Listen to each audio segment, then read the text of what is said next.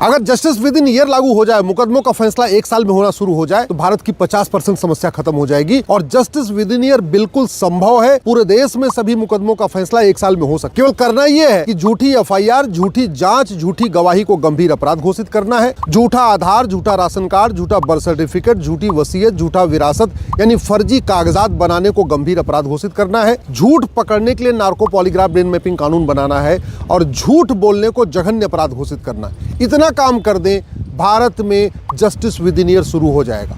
पहले भारत में justice with in our होता था। छत्रपति शिवाजी महाराज के समय, रानी अहिल्याबाई होलकर के राज में, राजा विक्रमादित्य के राज में जस्टिस विद इन आवर होता था। 1 घंटे के अंदर मुकदमों का फैसला होता था। केस अगर कॉम्प्लिकेटेड होता था तो जस्टिस विद इन डे होता था, यानी 1 दिन के अंदर फैसला हो जाता था। केस अगर बहुत कॉम्प्लिकेटेड है तो जस्टिस विद इन वीक होता था, 1 सप्ताह के अंदर फैसला हो जाता था। बहुत कम ऐसे केस हैं जो छत्रपति शिवाजी महाराज के समय या रानी अहिल्याबाई होलकर के समय, राजा विक्रमादित्य के समय 1 महीने चले हैं। 1 महीने के लिए जो केस चलने वाले बहुत ही कम रहे। आज भी भारत में जस्टिस विद इन ईयर संभव है।